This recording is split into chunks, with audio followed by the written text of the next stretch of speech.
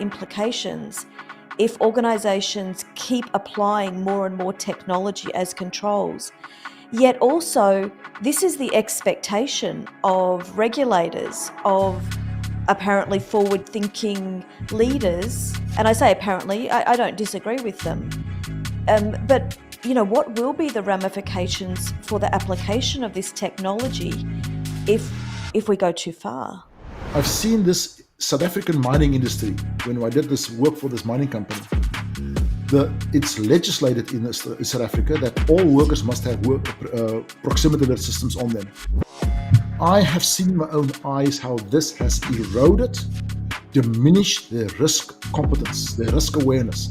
They would walk, one guy showed me, he walked in front of a shuttle car, underground coal mine, to show me how the shuttle car would stop. And it did.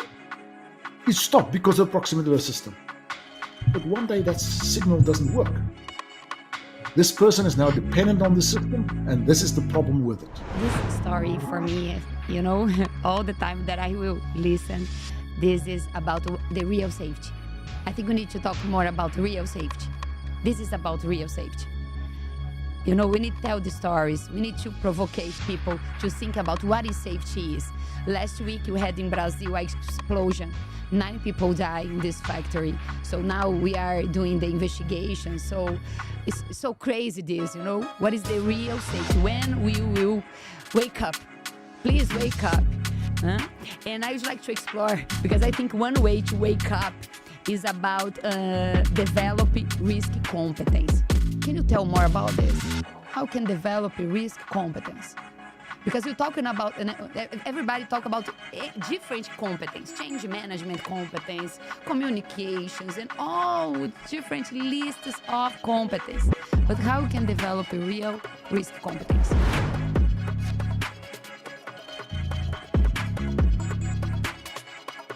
Hi everyone, and welcome to this week's episode of Headline Podcast with me, Dr. Megan Tranter, and my awesome co-host, Andreza Araújo. We are very excited again this week to have another awesome guest with us. We just seem to have amazing guest after guest who are enjoying these conversations that we're having about leadership, culture, and health and safety. And our guest this week is Corrie Pitzer, and actually I'll let you in on a little tip. Corrie and I were talking before, and hopefully I've said his name correctly, but he can correct me if I'm wrong afterwards. So we'll get over to talking with Corrie in a minute, but first of all, I want to say hi to Andreza. Hello, my friend. How are you? Hello, Megan. I'm good, and I'm with high expectations for our guest.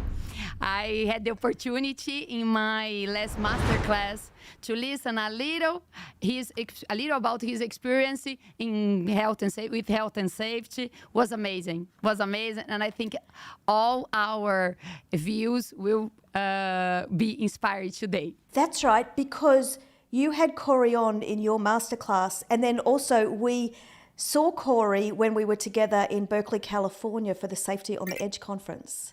Yes, yeah. Yes. Well, then, without any further ado, I should introduce Corrie, because I'm sure you're all getting tired of me talking. So, hi, Corrie. We were just talking about how I'm a few hundred miles south of you here in Seattle, and you're in Vancouver. Yeah, just a stone's throw from me. Stone's throw, exactly, yeah. Now, a little birdie told me that you were once, or are you still, a psychologist? Well, yeah, that's how I started my career. I don't readily admit to that label, but I was actually very keenly interested in psychology when I started my career way back. I trained at University of Pretoria, which is a very good university in South Africa at the time. Before that, I became nearly a doctor. I was studying medical for 2 years. And I didn't enjoy that after 2 years. I thought it was boring. You kind of always... it's a very repetitive kind of science. You got to learn all this stuff that you just is from memory.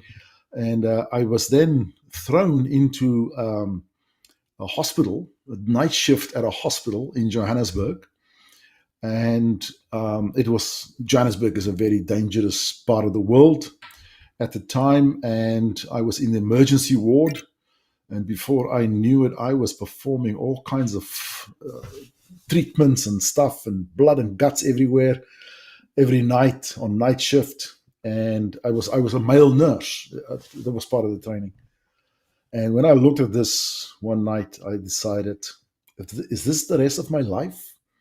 I'm going to talk to people who either cut up or sick or something wrong with them. That's how I'm going to deal with people. And I decided, this is not for me. And I decided to become a psychologist. And my father at the time couldn't even pronounce the word. So he didn't know what that meant. It was his dream I become a doctor. So, but I changed careers. And when I finished the university, I then, in South Africa at the time, had military conscription. And so you had a 2-year commitment. And it was like, we had like the Afghanistan of the other day. In America, we had a war in Angola. So I trained as a platoon commander. And so an infantry platoon commander. So that's right in the front lines. So I did that for 2 years. And then after the war, I thought, well, I've seen everything in my life. There's nothing in my life that can be worse than this experience. Little did I know that it could get worse. So I needed to get a job. Now, I always make the joke that in South Africa, we didn't have Oprah Winfrey or Dr. Phil. So people didn't know anything about psychologists. They didn't know they needed a therapist to get through life. People didn't know that those days. So I couldn't get a job. And so I ended up teaching at a high school. And so that was a horrific experience. That was worse than the military. It was a very rich area. It was an affluent area in Johannesburg. So the kids would be dropped off by drivers in black BMWs and things like that. So you can imagine what kind of child you have in your class. No discipline, no nothing, no respect for you. But I kind of realized that that's not the only problem. I can't live with this money. There's no money in this, And I always said, jokingly said, after 2 weeks, I realized I hate children and I'm going to get out of here. So I then started applying for jobs, and a mining company, they advertised for psychologists, people with psychology degrees, for human resource management. So I went through various interviews, and then they appointed me at the mine called Bafokeng North Mine. Now, this is 𝗬𝗏𝗏 Platinum. It's a huge platinum company with 50,000 people, 4 big mines. People work underground, 4,000 or 5,000 people on the shaft. But what they didn't tell me is that the manager of this mine absolutely hated HR. HR was a new thing at the time. And they forced this HR people onto the sites, and he couldn't stand this HR thing. He says they didn't need them. And he fired 2 HR guys before me. I arrived. They never told me this. And they said to me, you're going to work for this mine. Mr. Drummond was his name. And the money they offered me was like 4 or 5 times what I was earning as a teacher at the time. So I was willing to do anything. And so I arrived on the mine, and here's this Irishman. He's like short Irish guy with a red round face. And so I sat down, and he's extremely irritated with me already. And he said to me, on which mines have you worked before? And I have never worked on a mine before at that stage. I've never seen a mine. And I realized he doesn't like HR. I haven't even worked on a mine before. I don't think this is going to go off well. It's not sounding good, Corrie. What can I say? I have to tell him. I said, sorry, sir, but I've never worked on a mine before.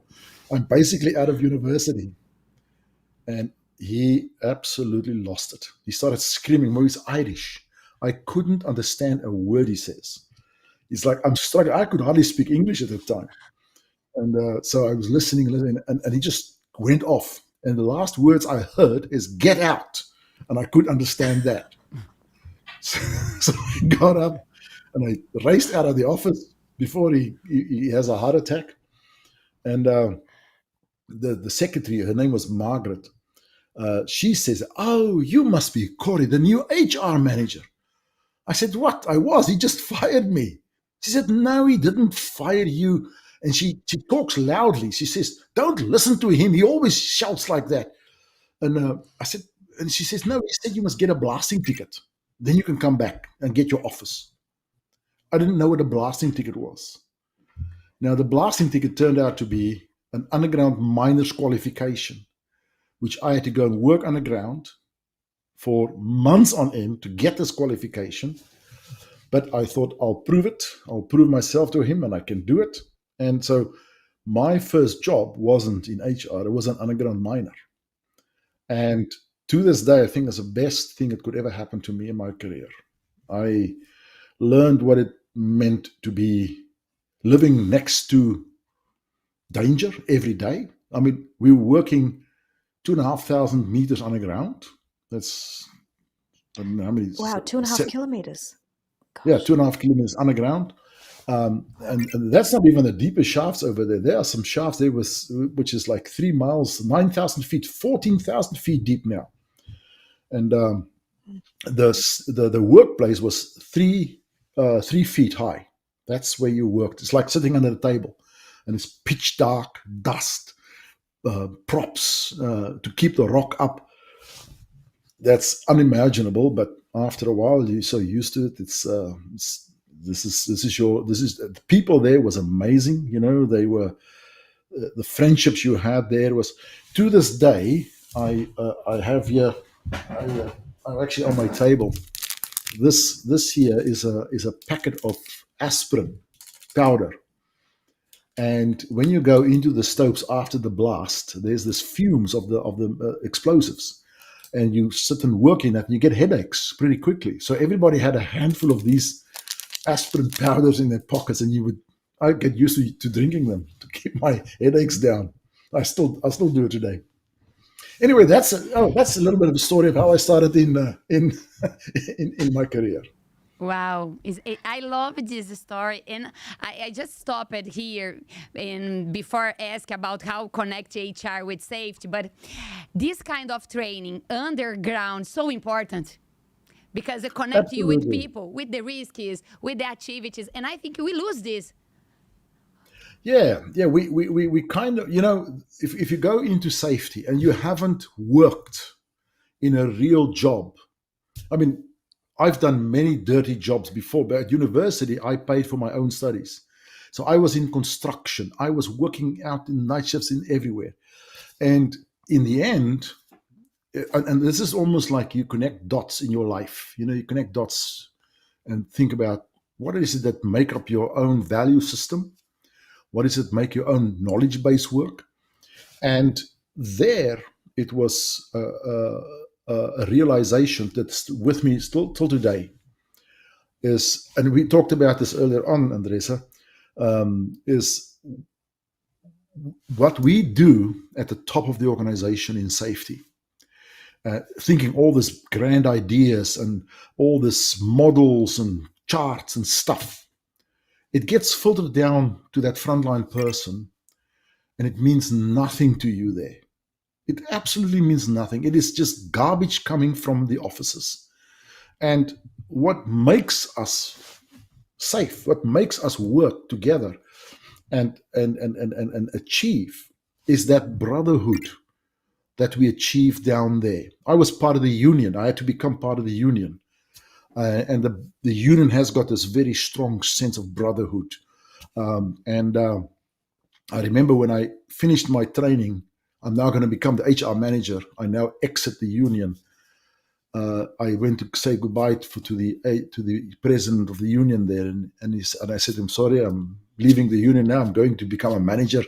They just laughed and says, "Corrie, they can take you out of the union, but they'll never take the union out of you, because you've learned brotherhood." And that, think about that, you know, that is that fundamental care for people in a workplace, whatever workplace we talk about.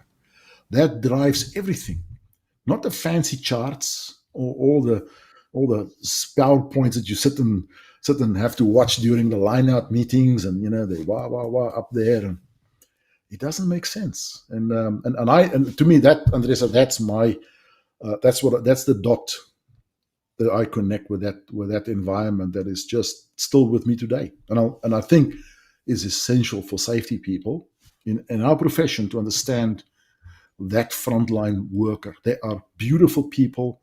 They are salt of the earth. They work hard. They don't belong to you. We kind of like think we have to look after them, and they are part of the organization, a part of our culture.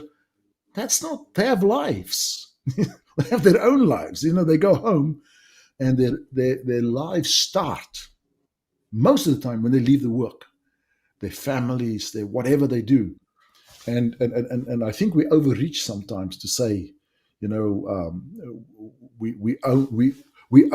must give them a full life experience at work. I've got a life in my own world, And I think you answer a question that I have, but I would like to make this formal. What does a well-rounded safety professional look like to you? Well, he's got hair, more than I do. No, I'm just kidding. Beautiful hair like the two of you. A well-rounded safety professional has got an at least in-depth understanding of what works and what doesn't work in the front line of the organization, the trench of the organization. Either they've been there, which I'm proud that I have been there, or they spend time there to understand what's happening there. And that when they construct, a change initiative, an intervention, that they know who is the target audience, and they know what makes people there tick, and that they translate. And here's the other thing. Our job as a safety professional is to translate complex stuff in simple ways to the front line. They don't want complex stuff there. They don't want thick handbooks and manuals. And we talked about, Andreza and I just talked about, I made a tongue-in-cheek posting on LinkedIn the other day about the bird triangle that everybody now hates. The bird triangle is wrong. It gives the wrong message. What is amazing, this LinkedIn post is now 32,000 views in a week and a half's time. Yeah, so here's why it's so viewed. Because here's what I said. We had, and when I was at the mines in South Africa, Frank Bird sold his ideas to the South African mining industry in a big way. That was the first launch of Frank Bird's concepts and the Loss Control Institute. It was dramatically successful in that environment, dramatically successful. The death rates tumbled, the injury rates tumbled when Frank Bird brought his ideas in. And what did he bring in? These simple, simplistic tools and techniques. The bird triangle, everybody was in awe. Oh, we're having a rise in small injuries. Oh, we're going to have a serious accident. Completely untrue. But what was the impact of that? What did it do? It had line management look up. Oh, we don't, what? No, we must do something. It triggered action. It triggered focus in the organization. Completely false. But it had an effect. And it was so simple. It's a triangle, 1, 10, 30, 600. Everybody knew about it. And that is what the frontline employee starts to understand. So coming back to your question, what is a well-rounded safety practitioner? Can translate complex things to people at the front line that can work with it and trigger them, inspire them. Now, I'm not saying feed them untruths, because obviously these days we know that our model is not functional.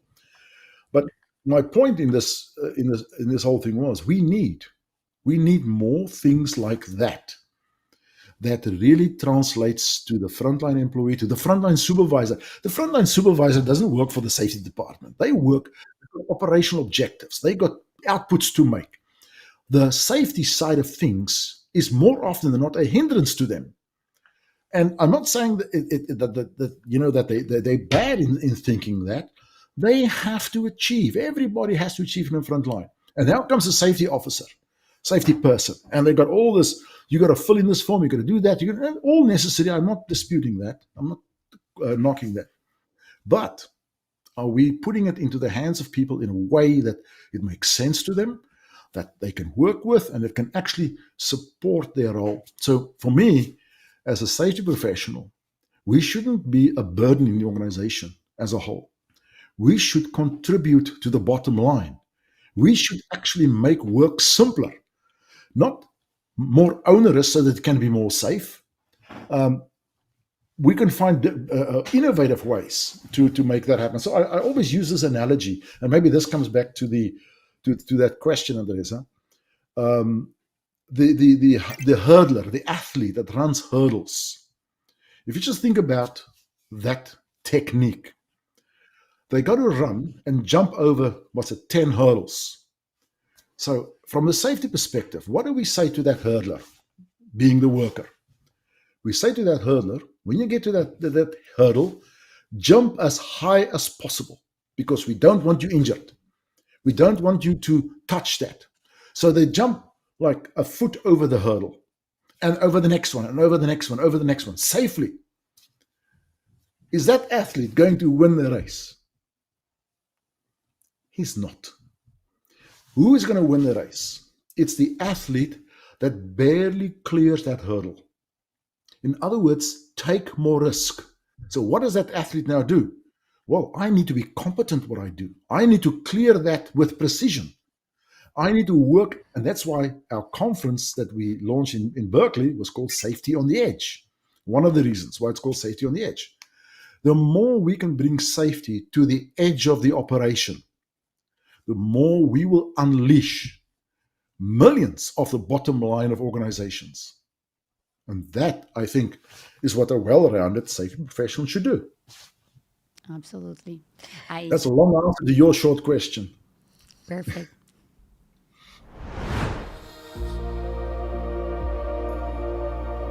My documentary about the Mine Number 9 accident will premiere right here on YouTube.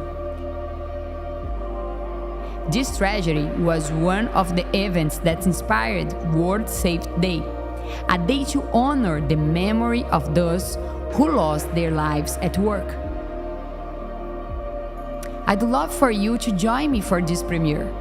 Just head over to my channel at 𝗠𝗘𝗧𝗏𝗏𝗡𝗏, subscribe and hit the bell so you will get a reminder when it goes live. See you there!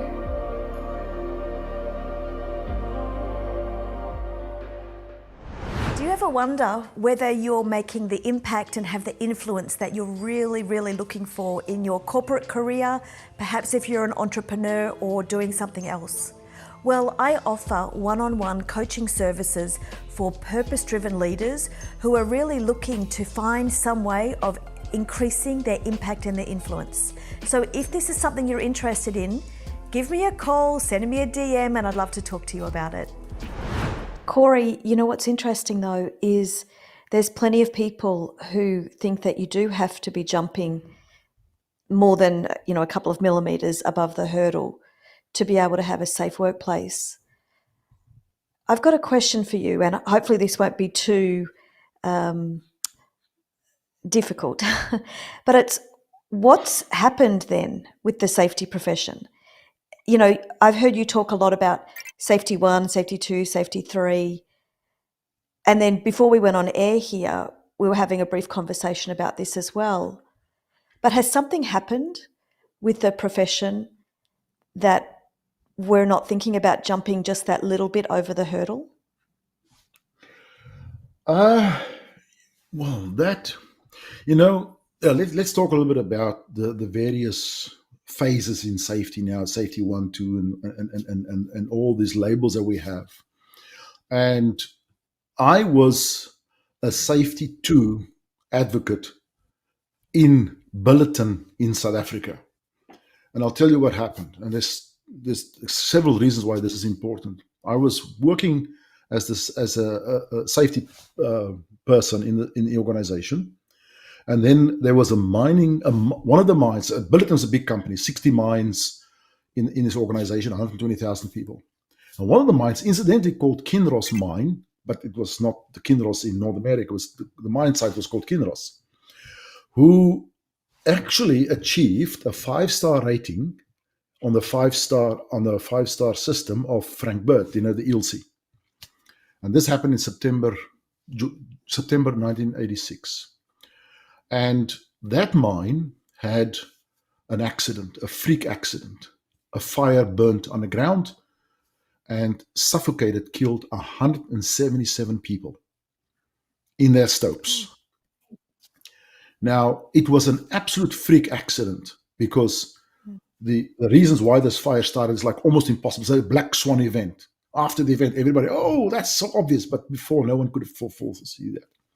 So, how is it that such a good mine, safety-wise, could have a disaster like this? And tragically, the reason why I became the group safety manager for that organization is because of that accident. Because I remember the manager said to me, it is all about this. And you're a psychologist. We want you to look into this. So I designed a process. It's a week-long process that we installed at each of those 60 mines. And me and a friend of mine, we became a friend of mine, a colleague with the name of 𝗬𝗏𝗏𝗏𝗏𝗏, who recently passed away. We worked together on this. We developed a week-long intervention for each mine. 2 days, the teams would come from all over the company, and we had 12 people on the site. And we would look at serious injury and fatal and catastrophic risks, SIF risks. That was the focus. Identify discovery risks. Then for 3 days, the management team would meet up with workers, learning teams. We called them safety circles then. We created safety circles, and they would come present to management. The management would have discussions with the workers. And it was basically a HOP process, a human and organizational process. We had culture surveys done and everything. And we cycled this through all 60 mines.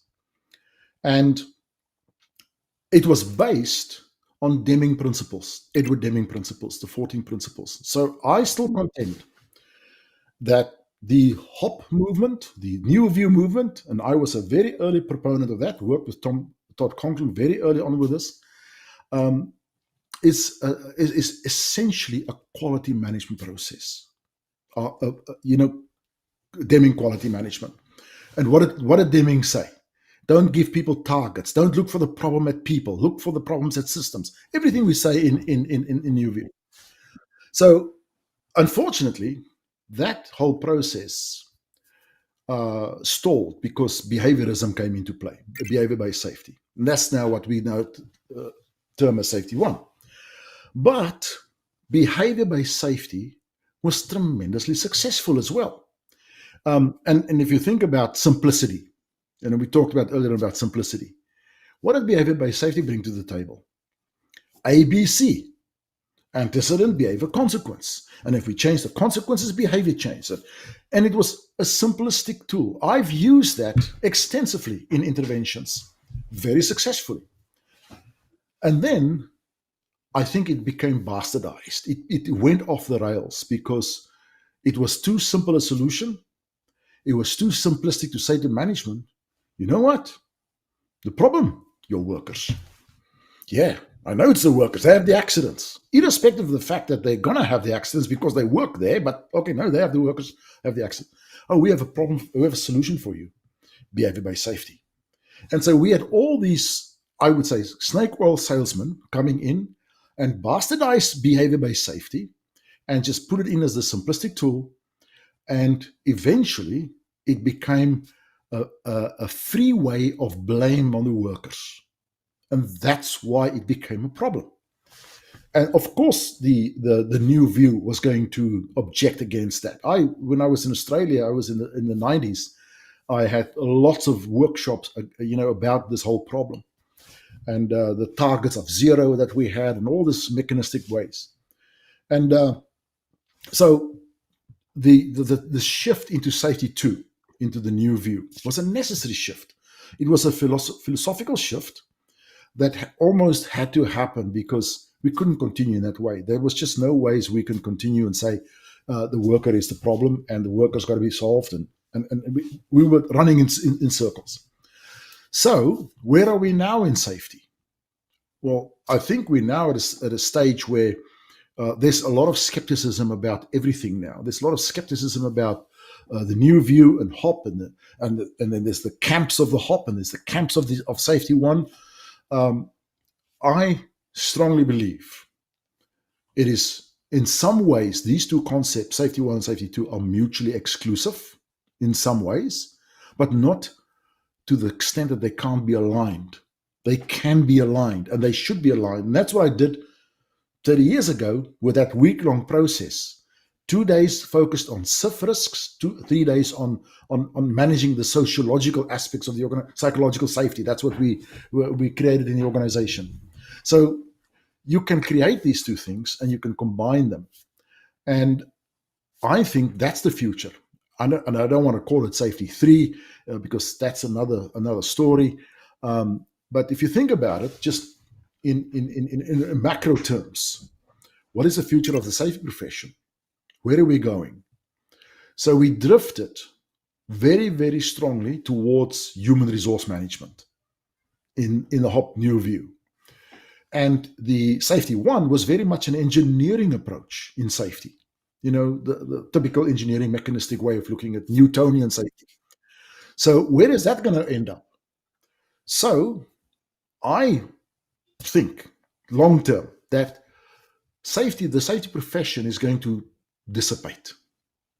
It's going to fizzle out, not fizzle out, but fizzle into, morph into the human resource function. Is going to create much more focus and attention to human performance. And the engineering side is going to morph into business improvement.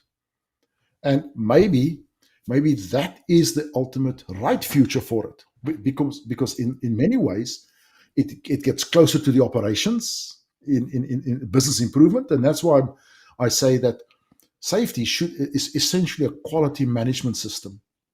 If we can, coming back to your question now, that millimeter higher or lower, if we go upstream in the organization with our optimization, if we do risk assessment, risk discovery way upstream in the organization, risk evaluation, risk controls way upstream, we're actually allowing what I call risk competence. We make people smarter and more competent to take more risk. I know that sounds like wrong, but the more risk people take competently, the more efficient work becomes, the more safe we become, and the more dollars off the bottom line we release as a profession. And so to me, that's the macro trends that I would propagate, if I could call it that. It's such an interesting prediction. And you know what I find super interesting at the moment, also observing what you're observing, is it feels like different organizations are holding on to different approaches and frameworks. And so that also makes it hard to even talk about health and safety sometimes as a broad topic when people have different points of view about what it actually is. Yeah, also the various levels in the organization. If you think about the various concepts about what is safety from a board's perspective, the board has a very different view of what safety is than what the middle management has and what the senior management has, because the board is driven by the investors. I was going to say, let's talk about that. I think a lot of people are fascinated with what boards think about health and safety. And I'm sure you've presented to plenty of them and have been involved. Tell us what your perspective is about that. I think the board of an organization has got one focus in front of them, and that's return for the investors. So you have to ask the question, what is in the minds of the investors? And the investors are looking at financial return, whether we like it or not. They're looking at financial return. And I don't think that'll ever change. And so what questions do they ask? Now, it has come more to the fore where we have, the ESG concepts coming into the organization. and the investors are starting to ask those questions. But how do they measure that? How do they measure whether the organization is truly a good citizen and is truly bringing sustainability into the organization and managing safety? Let's talk about safety, the safety side of it. Managing safety in a progressive, proactive, and sustainable way. Well, they sit very far away from the organization. So what do they want to see? No accidents. That's as simple as that. They don't want to see accidents. They don't want to put their money in an organization that's got one accident after the other. And so in their minds, what is their measurement of safety? The absence of accidents. What do we say in the organization? Oh, you can't measure safety with that. And we have very good reasons why you can't measure safety with the absence of accidents. And I fully support that. But that's not going to answer the demand of those investors. So it doesn't answer the board's needs either. So what does the board want? The board wants you to say as an organization, we target 0 accidents. The board would love that. The investors would love that. But we know we can't say that because it has all these ramifications in the organization. It drives reporting on the ground. It sets these unrealistic expectations, and the whole story goes on and on. So no, we don't say 0 anymore, and it's become the devil's word. 0. No one talks about 0 anymore. Well, now put yourself in the shoes of a CEO. Okay, the CEO now is a progressive CEO, taking on board all our new thinking, and says, I accept that accidents is not a measurement of safety. And I accept that we can't set 0 as a target or as a vision, and we're not going to do that. And so here you go as an organization. And here you have a fatal accident. And now that CEO has to stand up in front of an audience, employees, the board, and say to that board or to the employees, we can't measure safety by the absence of accidents. So we're going to have to accept that accidents are going to happen. We're going to have to accept that there's going to be fatalities in organizations because we can't measure the absence of accidents as a valid metric. Who in their right mind is going to say that? No, it's a contradiction. Yeah. It's an absolute contradiction. So the CEO that accepts the modern thinking is driven into a corner. Hopefully never, because the chances of a fatal accident is extremely rare. So they all can say the right words and say the right things until that CEO, who now has said all these nice things, suddenly has to but rationalize to a family. And I have, coming back to my start of my career, the reason why I'm in safety is I was the HR manager for this mine, and I was doing the normal things that HR was doing, which is drinking coffee in the morning when you come to office, having a gossip with everybody, and that's typical HR work. I'm just kidding. They hate it if I say that. Be careful. So after 6 months of this wonderful job where you don't do much, my secretary her name was 𝗖𝗢𝗥𝗥𝗏, came into my office from the kitchen, and she was an old lady. She was the manpower manager, the HR manager. We used to call her manpower then, but she was the HR manager. She taught me everything. And she came rushing from the kitchen, and she brings me my coffee in the mornings, and she said to me, we just had a fatal accident on number 2 shaft. That's the shaft where I trained. All my friends are there. And I said to her, do you know who it is? And she said, no, we just know it's a shift boss, which is the second layer of supervision. Now, this is a big shaft. There are 3,000 people on the shaft. There may have been like 400 or 500 shift bosses. I would know most of them. But those days, no cell phones, no mobile phones. So what's happening in the town? This is a mining town. The rumor goes into the town. A shift boss was killed on number 2 shaft. Now, immediately, everybody knows there's about 400 shift bosses there. There are 400 families waiting to hear who is the victim. And Mr. Drummond calls me and he says to me, I go to his office and he says to me, you got to go and give the message to the wife. She doesn't know yet. And I was shocked out of my boots. And I said to him, why me? And he said to me, you're a psychologist. You know how to do this. And I didn't. I mean, no one trained me. Dixie, the secretary, helped me out. And she says, we're going to organize a doctor on standby. And I'll phone the minister from the church. And you're going to pick him up and go to the family like that. And he'll do the message. He'll do the talking. So I picked this guy up, old guy with a nice hat and a suit, very stately guy. And I said to him, so you will give the message now? He said to me, no. It's a mind matter. I'm here for support. So I had to go and give that message. And I sat in front of that lady and nothing I could say can bring ease and comfort to her. Nothing I could say, oh, we have some very great safety systems on the mine. Oh, we have the best safety systems you can imagine. We actually, we don't measure safety by the absence of accidents. We measure safety by the presence of capacity and controls. And look, our manuals are just amazing. Just look at our manuals here and our training. We have learning teams. This is going to be a learning team activity now. Can you imagine this now? What goes on for her? That's bizarre. 3 weeks later, we had another fatal accident on that same shaft. And this time I brought them with me because it was a young family.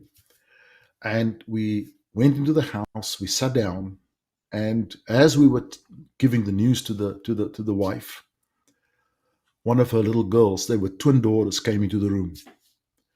And she said to her mother, why are you crying? Hoekom huil jy in Afrikaans? Hoekom huil jy? And she says to the little girl, the managers came to tell us that daddy is not coming home tonight. In Afrikaans now. And I couldn't understand why she said it like that. But how else would she say it? She just wanted to get the little girl pacified for the moment and get us out there and she'll deal with it. And this little girl turned to this Mr. Drummond and says to him, Hoekom kom my papa nie huis toe nie? Why is my daddy not coming home? Those simple words. He couldn't understand Afrikaans. He looked at me and he says to me, what is she saying? And I said, she's asking you why her father is not coming home tonight. And that broke him apart. It was just, and then the other little girl, they were twins coming into the room. And the mother took them into a room and she explained to them that their father was killed. And when we walked out of the house later on, this Mr. Drummond said to me, we're never going to do that again.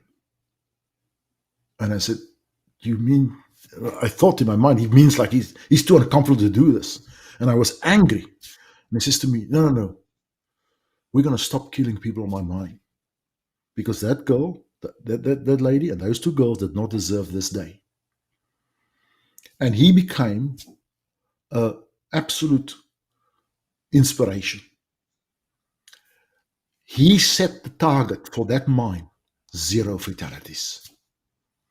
So I'm looking at all this modern thinking and say, you can't say 0, it's wrong. And I said that myself to companies. And I advise companies, it's a wrong thing to do. But think about that manager. What else can he say? For that lady and for those girls and for that wife and for anybody in that organization. So how do we square all these things up? In terms of the way we think about safety today. It's almost too complicated to deal with in a rational way. Safety is an emotional thing. My documentary about the Mine Number 9 accident will premiere right here on YouTube. This tragedy was one of the events that inspired World Safety Day, a day to honor the memory of those who lost their lives at work. I'd love for you to join me for this premiere. Just head over to my channel at 𝗠𝗘𝗏𝗏𝗧𝗏, subscribe and hit the bell so you will get a reminder when it goes live. See you there!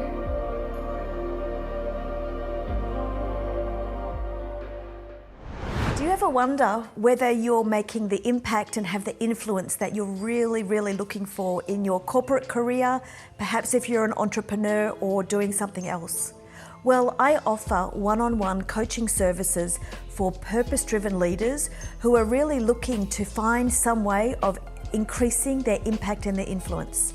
So if this is something you're interested in, give me a call, send me a DM, and I'd love to talk to you about it. Yes, I agree with you with this. But I would like this story for me, you know, all the time that I will listen, this is about the real safety. I think we need to talk more about real safety. This is about real safety. Yeah. You know, we need to tell the stories. We need to provocate people to think about what is safety is. Last week, we had in Brazil an explosion. 9 people died in this factory. So now we are doing the investigation. So it's so crazy this, you know. What is the real safety? When we will wake up? Please wake up. Huh? And I would like to explore, because I think one way to wake up is about develop risk competence. Can you tell more about this? How can develop a risk competence? Because you're talking about, everybody talk about different competence, change management competence, communications, and all different lists of competence. But how you can develop a real risk competence? Yeah, it's, you know, there's been so many terms around that. So risk awareness and risk skills and risk competence. And it is a complicated kind of term, but and this actually relates to how we manage risk in an organization. So how do we develop risk competence is a simple ability, and it's not so simple, to recognize risk in a situation that seems normal. And so I call this the recognition of risk patterns. And here's an example. And this is not the way you want to develop risk competence. But if you're an electrician and you work with electricity and you make a little mistake and you get a shock, that little accident gives you risk competence, because now you're now aware. Your awareness is renewed. Now, this is a simple example, but it's actually a very powerful example. The more you experience risk turning into an accident, the more you are becoming competent to see that and to prevent that. So that's a risk knowledge in an organization. But you don't want to learn like that. You don't want to develop risk competence like that. My argument is that I do not want to learn from accidents. That's the last place you want to learn from. You want to learn it in a different way. So I've developed a process for a client that is called a Safe Sentry, and it's a lookout for risks in the organization, and it's aimed at the frontline people. And all they do is they discover risks, they look for risks, and they start to develop this competency. And I'll give you a little tool that we use in this. And the more they search for risk in there, so here's the other thing: the purpose with which you look at something determines what you see. So if you focus on your job and you don't see the hazards, you don't see the risks because you're busy with it. But if you stop for 2 minutes and you search for risk in that environment, you start seeing things. Now you're completing risk patterns in your mind, and you're now starting to develop risk competence. That's why, and this goes back again to the old tools we used to have. There used to be a tool called the Take 5 or the Step Back. And that was very popular at one stage. Yeah. Now, in the new view, we all hate this and it's just nonsense and it's like relics from the past.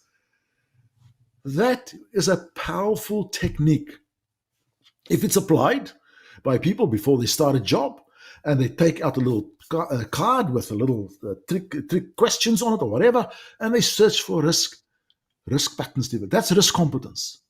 So going back to how to develop risk competence in organization, I think we've overbalanced the risk management process on control. Because also what we say now, safety is not the absence of accidents, it's the presence of controls. So now everybody's focused on controls, and you look at all the energy wheels and all the stuff, it's all on control.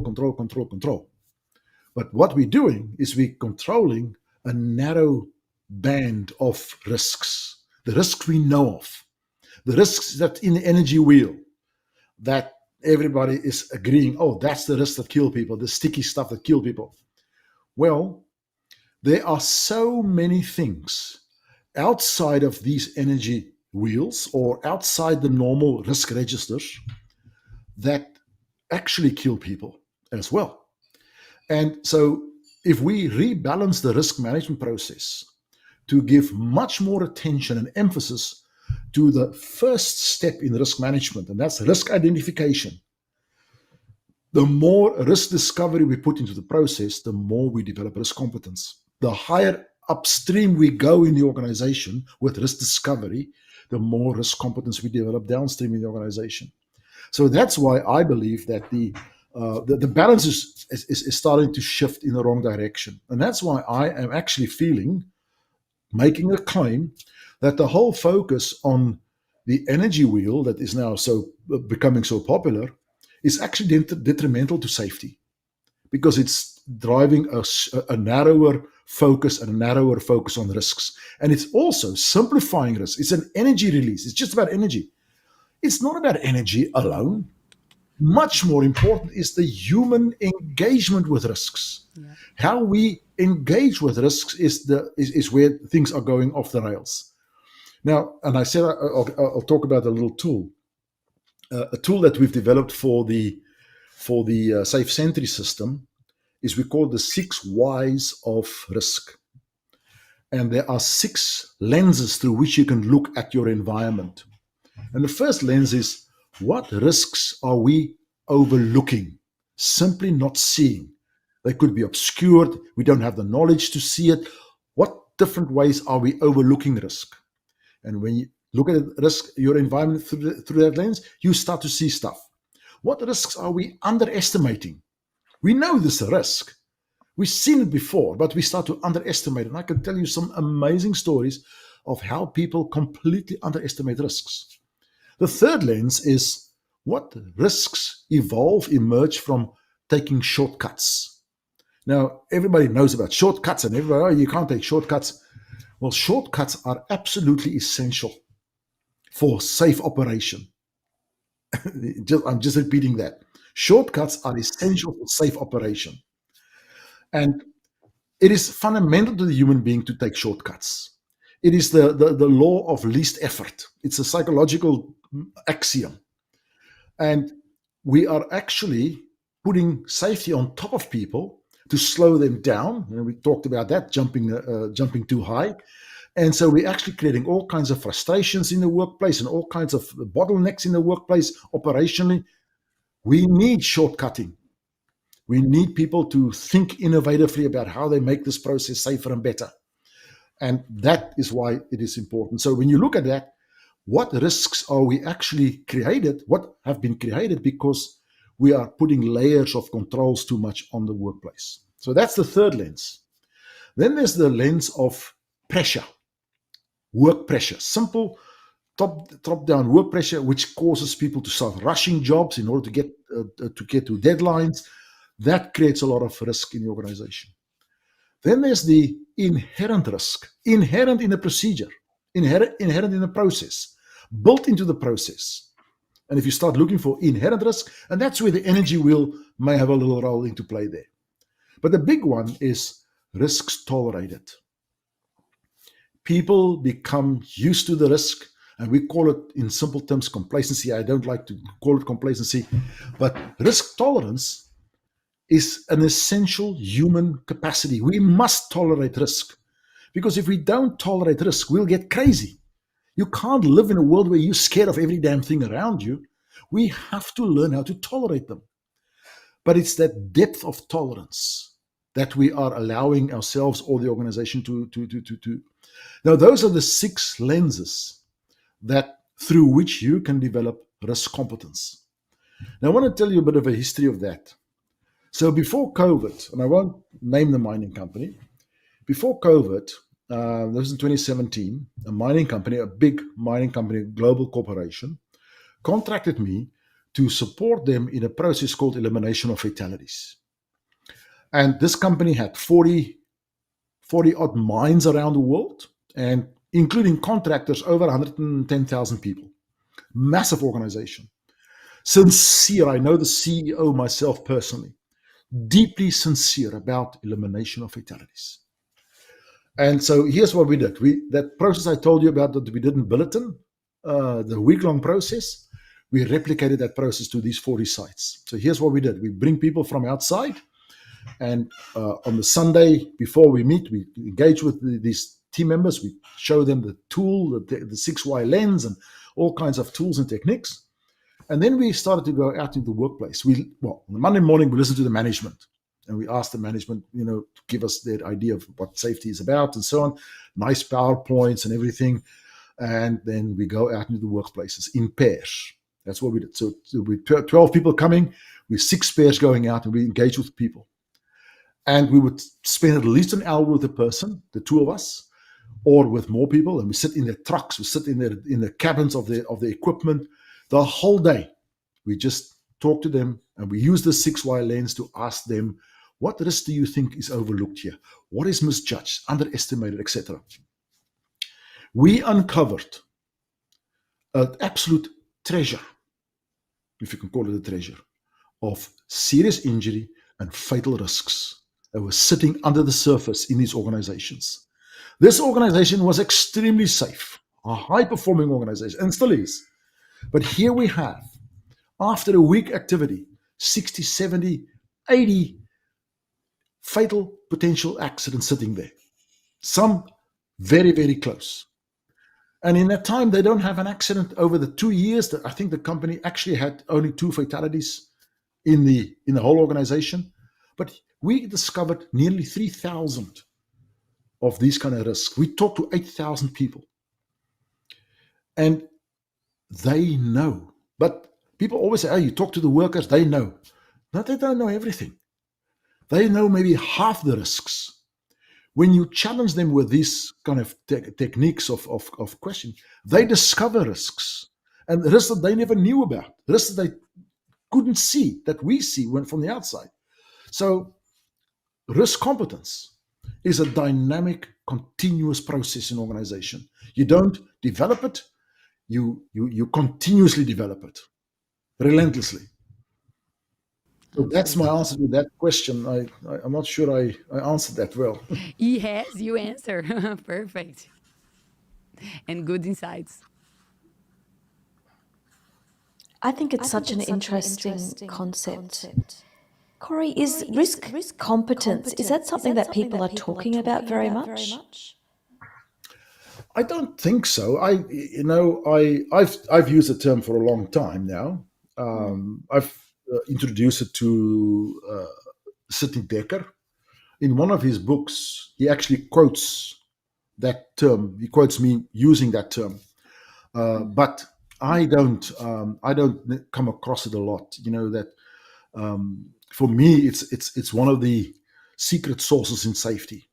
Is the development of that risk competence in organizations, because it's and so here's why it's important to me. How do you define safe?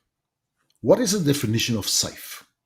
And I know it's the stupid question, because everybody has a different answer and everybody has a correct answer or incorrect answer, but what is safe? So, it's not the absence of accidents, the presence of controls, and here we go. I believe that there is a very powerful definition of safe that we use in our work and with our systems. And that definition is safe, or safety, whichever way you want to go with it, is the readiness to respond to risks relentlessly. And that sentence is a very complex sentence, but it's actually not. Because that readiness to respond to risk relentlessly, you can develop it and that's the one word for this, risk competence. You can develop it in your culture of the organization. You can develop it, and you should develop it in the systems of the organization, the procedures, the operational procedures, in the behaviors of people, in the readiness of people to see risks, risk awareness. It's a multi-layered concept. And also, you can develop it strategically in the organization. You can develop it tactically and operationally. So it's like a matrix. And I have a matrix somewhere that I've developed for this organization, where those definitions are readiness to respond to risk relentlessly, are overlaid with people, technology, and leadership. And so in all of that, it creates a lot of focus areas for how do you develop that. And that, to me, that's the risk competence in the end. That readiness to respond to risk relentlessly. Yeah, I'm just finding this so fascinating with what you're saying, especially your comment about an over-reliance on controls. They weren't the exact words you used. What words did you use? It was... Yeah, it is that. There's an overbearing focus on it. Not a balanced focus between controls and risk discovery in the organization. Because it feels like then, are we having a false sense of security? If we are focusing on the controls, then what we've been taught is that is the nirvana, that you control the hazard, that you control the risk. And so is it giving people a false sense of security by overemphasizing the controls? Instead, what you're talking about is holistically and continually anticipating different types of risks that are there, and then being flexible enough to be able to respond to them and address them in a dynamic way. Am I tracking with what you're saying? Absolutely, because what you're saying is, and that is the whole notion of chronic unease in an organization. And the more controls we have in place, the less chronic unease there exists. It's like, electrician that never gets shocked is overconfident about his ability to do the job. And so that whole notion of, and there's some interesting formulated concepts about this. It is a theoretical concept that's not well liked in the safety industry, the concept of risk homeostasis, risk compensation. And so, and I always love to tell this interesting story about what risk homeostasis is. And the example that's been used, and this was this concept was developed by Professor 𝗬𝗏𝗏𝗏𝗏𝗏𝗏𝗏𝗏𝗏𝗏𝗏𝗏, a Dutchman, but he was Canadian. And later on, Professor John Adams called it risk compensation. And here's the example of the simplicity of it, if I can call it simplicity. He says people have a risk thermostat. And the risk thermostat is in balance of your environment. So you kind of balance your risks, your risk-taking all the time with your environment. People have different risk thermostats. I used to love skydiving. Many people don't like skydiving. My risk thermostat is different than yours. But in Sweden, and this is a lovely story, in Sweden, and I'll tell you the story about Volvo in a moment. In Sweden, they changed from driving on the left to driving on the right in 1967. And because the rest of Europe were all right-hand drive, Sweden was left-hand drive. So how did they do this? So they warned everybody on the 1st of September, I think that was the date, and you can Google this, we're going to swap over. Tomorrow morning, everybody comes out on the wrong side of the road, okay? Remember, don't forget. So they changed the signs overnight. So that morning, I don't know how many Swedes, say 2 million Swedes in their Volvos came out driving on the right-hand side of the road, the wrong side of the road. It was chaos. There's a photo actually on Wikipedia of the cars standing everywhere. They don't know what to do. And then they started going. And then they start driving on the other side of the road. And as time goes on, people get used to it and they start going. But here's the interesting thing. The accident rate in Sweden in that period of time before the changeover was at a certain level. When they changed over, the accident rate dropped dramatically. And it stayed at that level for almost 2 years. And then what happened? It started to increase again. So here's this dip in their accident rates. What happened? Well, people started to change their risk thermostat. Immediately when they saw all the risks driving on the wrong side of the road, what do people do? They drive cautiously. So, and they get used to it, they start driving risky again. So this is a fundamental issue, because the more we put controls in place in a workplace, the more we focus on controls, the more we, if I can put it in simplistic terms, the more risk homeostasis kick in. And now we have this beautifully controlled workplaces, and that's why I have a problem with the energy wheel. It focuses on making the environment safe. And we've been there. We've been there in the 80s and the 90s. We fix up the workplace. But we're not successful. Why not? Because there's human interaction with the work environment. And here's one downside, the upside of risk homeostasis. And so I actually saw this with my own eyes. So let me come back to the Volvo story. There's a video that I just recently saw of the CEO of Volvo, who wants to show off, and I'll send it to you, who wants to show off the ability of the Volvo car to detect a human being in front of it and stop in time. So they had the Volvo car standing there, and this was a driverless Volvo car, I think, because I couldn't see a driver in there. And the CEO was going to show the world, and he stood in front of it himself. And the Volvo started driving and smashed into him. Oh my God. On television. And he was knocked over. So I saw this whole thing around proximity alert systems. Now, this is a control. This is making the workplace safe. So in Australia, a company asked me to introduce proximity alert system for their road repair crews. They did road repairs. It's a private company. And they had a fatality. One person was run over by a multi-roller and killed. So they asked me to put proximity alert systems on this. And I had an electronical engineer as a friend, and his wife actually sewed transmitters into the vests of the workers, the wire transmitters, and we put a receiver on the roller, and we installed it in Brisbane. And here's what I saw one day. Over a period of about 7 months, we had this free access to this crew. One morning, I'm there, and I'm looking at the behavior of the supervisor. I'm a psychologist, I'm interested in that. And I suddenly realized from 7 months ago when we started, the workers were about 7 to 8 meters in front of the roller, pushing the bitumen with brooms, flatten it out, and watching the roller all the time behind them, and it comes closer, and then they move off. Proximity alert systems installed. It goes off when the worker is about 3 meters in front of the roller. What happened? Those workers were now waiting for the alarm to go off. They don't even look back.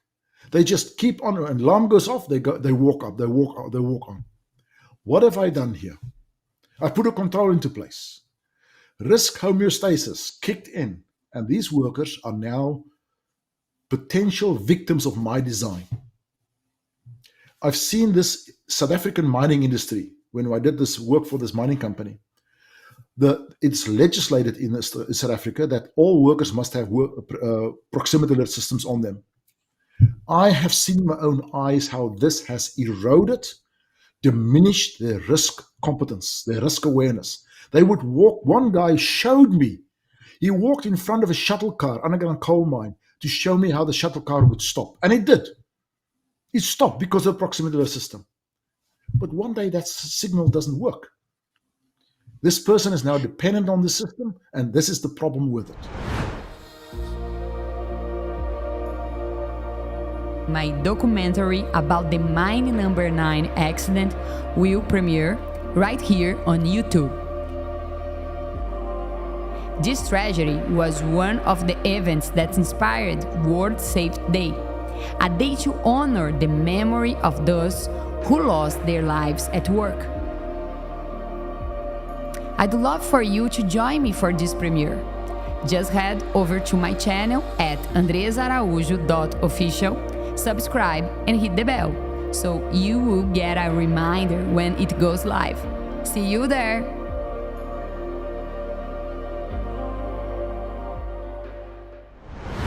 wonder whether you're making the impact and have the influence that you're really, really looking for in your corporate career, perhaps if you're an entrepreneur or doing something else. Well, I offer one-on-one coaching services for purpose-driven leaders who are really looking to find some way of increasing their impact and their influence. So if this is something you're interested in, give me a call, send me a DM, and I'd love to talk to you about it. So this is a really interesting segue in my mind.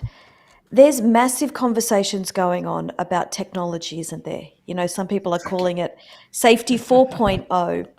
And then, you know, I was even watching a podcast the other day. Everyone knows that I'm a fan of 𝗖𝗍𝗿𝗏 𝗠𝗘𝗧𝗏 Diary of a CEO.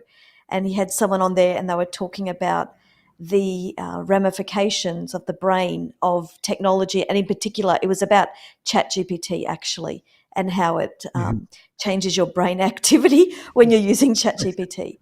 But that might be an aside. The bigger question here seems to be, what are going to be the long-term implications if organizations keep applying more and more technology as controls? Yet also, this is the expectation of regulators, of apparently forward-thinking leaders. And I say apparently, I don't disagree with them.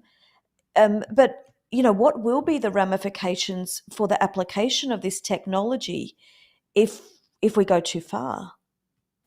I'm absolutely concerned about that. It's something that bugs me since 10 years ago now, because technology is ramping up. And I strongly believe or fear we're going down a quagmire here. And it's going to trap us like quicksand. We're not going to get out of it because we have now new employees coming into the workplaces. We're surrounded by technology, and they are having ever diminishing skills to see risks, to put it in simple terms, risk competence. And we are going to create a world of dummies that is not capable to deal with risk in their environments. And I predict, and I know this is like fancy to say I predict more catastrophic events, more complex events because of all the complexities of all these layers of controls and more technology into the workplace. I predict more dramatic catastrophic events, more dramatic and more frequent because of this specific issue that you're talking about now. That's my view.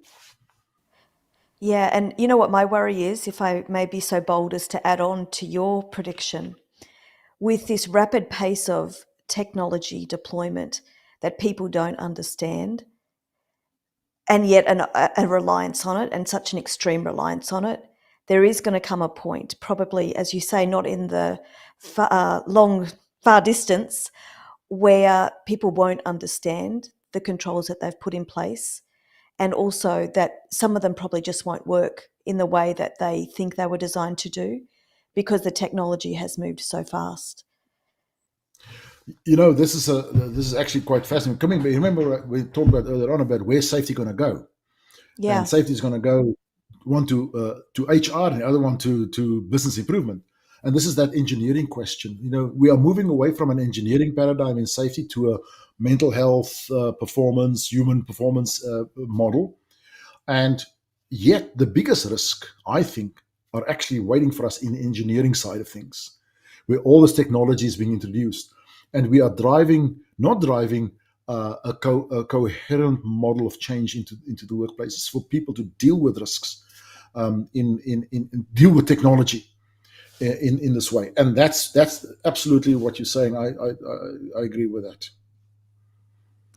And I think we have the support of legislation to try to answer with technology, answer all the companies we need to invest in technology, but we forgot to put the people centricity. So when you develop a risk competence, is because you believe in people centricity. It's like the direction of the transformation is top down, but you're building this bottom up. So how are we building this? Yeah. Put controls. So I think you need to find a balance.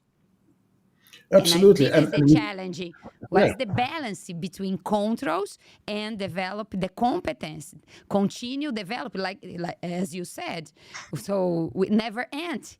We never end the risk competence. So we are improve ourselves. We are improve the experience that we put people to learn about risk competence, to take decisions with take risk decisions. So I think we need. I think the challenge is find this balance. And I would like to ask you, what is your view about leadership in this contest? Yeah. So leadership is also, I think, under tremendous forces of change into the future. So leadership we've had all kinds of leadership models over time, leadership models and leadership styles, and servant leadership is now kind of like the going concern in leadership because of the mental health, psychological safety drift in organizations. There's a lot of that focus, and I fully support that. That drives the kind of right culture in the organization for people to be engaged in and to feel that they are part of the purpose of the organization. But coming back to that whole issue of the engineering side of things, the technology side of things, the leader of the future is going to have to be a technocrat, a technical expert, because technology is so overwhelming and so pervasive. So we are going to have much less management levels. We're going to have much less people in management. So we're going to have much less focus on leadership because it's going to be so technocratically driven in so many cases. So we're going to have bigger teams, more self-managed teams, self-driven teams, and because of all the systems and support they can get through AI, etc. So what's the implication for leadership? So, and for culture in the organization, we're going to have a much more distant kind of leadership. We're going to have a much more dispersed, my English is now falling short here, a stretched out kind of culture in the organization where the connection that we have between people, that the connection I had with my colleagues in that underground stope is now going to be far more remote. People work remotely, and all these kind of things is stretching out the whole binding force of the culture in the organization. And so the leadership inside of that is going to become much more remote. So we're going to have to learn how to actually inspire people without being with them. How do we actually inspire people on a TV screen, on a monitor like this? Because that's going to be our connection with people. We're not going to have those old traditional ways. And that's inevitable. It's going to happen like that. We can't change that. It's just the way it's going to be. So here's, I met this manager in South Africa, and I went, and there's a coal mine, still very traditional and typical of the way the coal mines have been operating for 100 years. And I went to his section where he was now the middle manager, he was the shift boss, the mine captain, they call him mine overseer. And I found there, when we did the engagements, a team that is inspired and focused, and they get the best production out. They're the safest team of the lot. They are just amazing team. And with the different groups and a few supervisors. And I speak to the supervisors and I talk to them. They are absolutely the best. So who's the boss here? So no, it's this mine captain. Where is he? No, he's not here. So I go to surface that afternoon and I ask to speak to this guy. And he comes into my office and he's a little bit wary of this big knob from London, it's like, what is this now about? And I say, no, I just want to have a chat with you about your, compliment about his workplace. And I said to him, how often do you get into the underground to your work teams? And he says to me, as rarely as I possibly can. Now that's completely contradictory to what our messaging about leaders. You must be out there. You must engage with your people. Blah, blah, blah. And I said, are you sure that you? He says, I'm not the boss down there. There are 4 supervisors who are the leaders there. If I go there, I mess over their work. I step over their jobs. They know if they need me, they know exactly where I am, and I'll give everything I can to them. They know that, and they did. So here's a remote leader, extremely effective. And it goes totally against this notion of leaders should engage with the frontline people. I don't believe that. I think they're messing around by going into the workplace. People don't want them there. They should stay in their offices and do their work. Their work is to think strategically, to work strategically, to develop the right culture, to develop the right strategies in the organization, and stay out of the operations. I think that's an overstatement, I know, but I'm saying it hard. Yes, but in this story, we are talking about the role of supervisor. So clear, prepare, because sometimes you don't have good supervisors. I think, is the plate more difficult to eat in operation today, because they was in the operation, now they receive a promotion, but they don't receive the development. So sometimes the supervisor, they don't have your identity, clear identity. So yeah. What do you think about? Even if they have, what do we tell them to do? We give them reams and reams of paperwork and stuff to do on their computers, so they never get out of their offices either. And they can't engage with their frontline people. And they're the ones who are supposed to be connecting with them. They're the ones who support them on a day-to-day basis. And we're not giving them that opportunity at the very least. My curiosity today is about different concepts. So safety, not is the absence of accidents. So different concepts, different groups. So what is the best way to measure the progress of safety? Well, that's now a big question, because actually, I was actually engaged in the past 2 days with a person on LinkedIn exactly about this. And there is all this question or demand or request for evidence-based safety. Now, let's think about this. You think about, and I use the analogy in this posting, what is evidence-based safety? It's the reduction of accidents. We can show that we're reducing injuries in our organization. So I listened to a scientist, an astrophysicist the other day. I love astrophysics. And this guy used this example, and he said, you can go out into the ocean and you can send 1,000 people onto the ocean, each with a bucket of water. And they go out and they bring you back 1,000 buckets of water every day. And you can do this for 1,000 years. And you can check the water, and they can prove to you there are no whales in the ocean. You've done the measurement. There's no. Did you say whales? In the air. Whales. There's no whales in the air. They bring you back 1,000 buckets a day. There's no whales in those buckets. They've done sampling, and for 1,000 years, they never found a whale. So that's evidence-based facts that there are no whales in the ocean. So now we talk about, what is the measurement of progress in safety? How do we measure the progress in safety? How many millions of decisions are being taken every day in an organization? How many trillions of hazards exist? Interactions of people. There's actually a paper about this.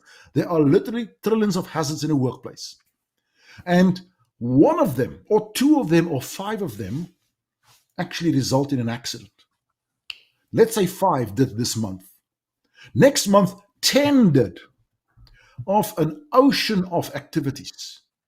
That 5 to 10 means nothing in the overall scheme of things. Those are 5 examples, so five minuscule points in the measurement. So progress of safety, I contend, we cannot measure safety. We simply can't. We can have the goals and the focus areas and all the mechanisms and systems in place, but you can never prove, and you will never prove that we are making progress in safety. And so I was asked this question also once, when a person said to me, a senior person in the company said to me, so how do we know that in safety we've arrived? And she thought it was a good question. And I said to her, that's one of the dumbest questions I've ever heard. And she was not impressed with me. I never got the contract with the company because I said that. And she said, why do you say that? And I said, well, if you have the idea in safety that you arrive, you're on the wrong business. You never arrive in safety. You arrive in safety and the next day there's a catastrophic event in your organization. And if you thought that you've arrived, you most certainly arrived at the wrong place. And so coming back to that question, how do you measure progress in safety? You don't.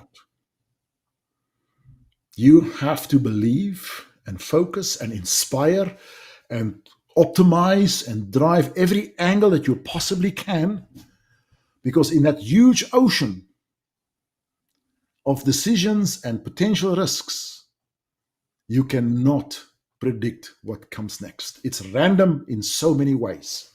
And unfortunately, that's also something we don't want to talk about, that there's a lot of randomness in accidents.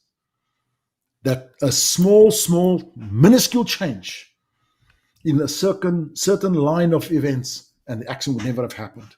So that accident that created my job, 177 people in it, dead in that mine. Here's what happened very quickly. 2 boilermakers were doing work on the tracks, deep underground, on the rail tracks. The gas bottles fell over, knocked over in the trolley, and the nozzle gets knocked off and caught fire and injected a gas flame against the side wall. Now that's no problem. The bottles will burn out. They just ran away and they waited for it to finish the burn. But at that point where the gas bottles fell over, there was a foam sprayed on the side wall to protect rocks from falling on people. 10 years ago, it was an experiment. It was called 𝗔𝗔𝗍𝗍. It's a foam, a hardening foam.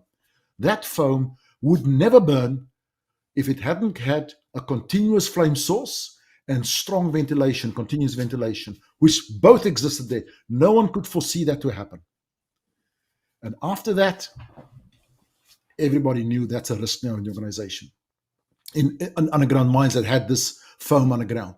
But what if those 2 gas bottles fell the other way? 50-50 chance. It fell the other way. And the nozzles got knocked off and there was a gas flame. Nothing would have happened. And 177 people and families would not have experienced that traumatic disaster. A 50-50 randomness in it. So how do you measure progress? I again contend you don't.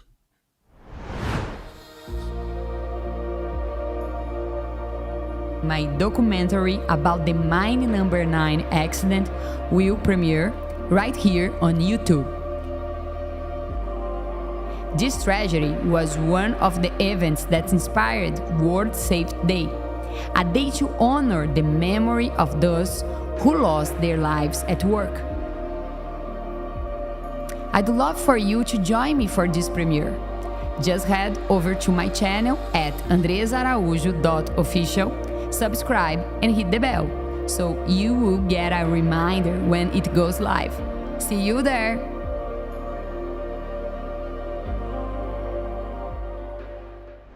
Do you ever wonder whether you're making the impact and have the influence that you're really, really looking for in your corporate career, perhaps if you're an entrepreneur or doing something else?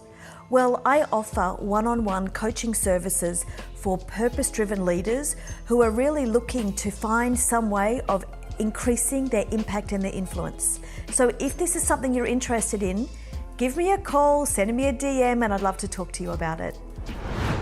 I can see now why you and your esteemed colleague Malcolm Staves started the Safety on the Edge conference and forums, because of the way you're thinking about all of this. Like, you're really challenging us, aren't you, to think on the edge.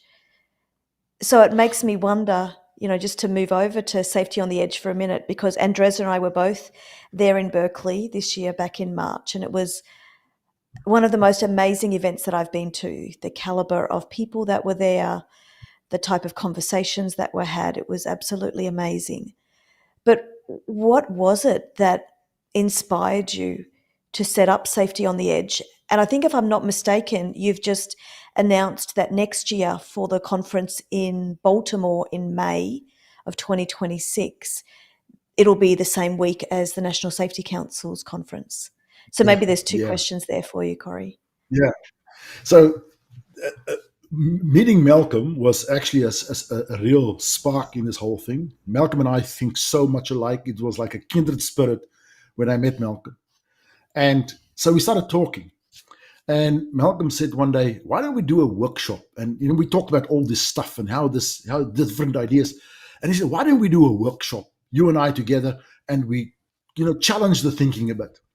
And I said to him, you know what? 2014, I did a workshop with Todd Conklin and Sydney Dekker in Australia, and we called it Safety on the Edge workshops. And I said, that's what we called it. And they said, well, let's call it again, Safety on the Edge.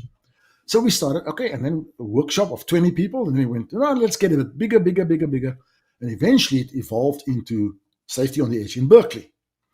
And it was for exactly this purpose, to put safety on the edge. And, there are several themes in Safety on the Edge. And one is that we are looking for and driving at pioneering ideas, new thinking, newer than the new thinking, driving ahead. What is going to happen in technology? Except the questions we talked about today, pushing the envelope, disrupting, asking challenging questions. That's the one area. The other area is the Safety on the Edge is also at the edge. Technology is coming. We talked about that. A whole new world is evolving. But one of the biggest focus areas for me is safety. The safety profession is the balancing act between different professions, between HR and engineering, between operations, and we are at the moment, we are that saving grace in the organization, because if something goes wrong, it can be catastrophically so. So we want to bring together that whole notion of pushing the envelope.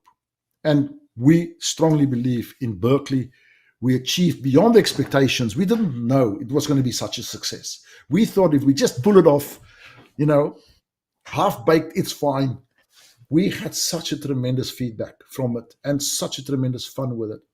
And so, in Baltimore, next year, so the NSC approached us and said they're doing the spring conference.